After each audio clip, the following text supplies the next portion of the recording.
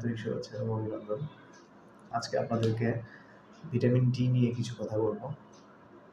তো vitamin D কেন এত বেশি গুরুত্বপূর্ণ? ভিটামিন ডি মূলত আমাদের শরীরের যে হাড়, পেশি এগুলোকে শক্তিশালী এবং মজবুত করে।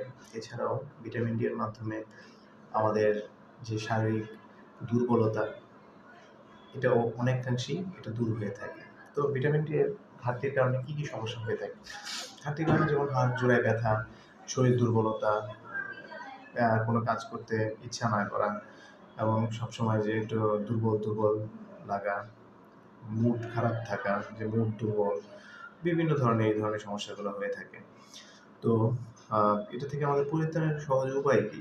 সহজ উপায় হলো যে সবচেয়ে সহজ এটা হলো যে আমাদের শরীরে রোদ লাগানো। প্রতিদিন সকালে ৮টা থেকে সকাল ১০টা পর্যন্ত যে রোদটা ওঠে, ওই রোদে আপনি যদি ১০ থেকে ১৫ মিনিট গায়ে রোদ লাগান, তো সেক্ষেত্রে অনেকাংশে আপনার ভিটামিন ডির ঘাটতি পূরণ হয়ে যাবে।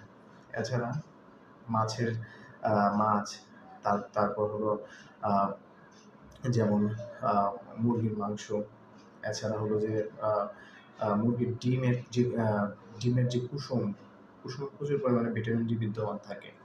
এছাড়া ভিটামিন ডি সাপ্লিমেন্ট রয়েছে। আ এ একটি যদি দেখা যায় একজন মানুষ দীর্ঘদিন ধরে অনেক ব্যথায় ভুগছেন, যে ঘাড় ব্যথা অথবা পিঠ ব্যথায়, তো সেক্ষেত্রে আপনাকে অবশ্যই ভিটামিন ডি পরীক্ষা করে নেওয়া উচিত। ধন্যবাদ সবাইকে।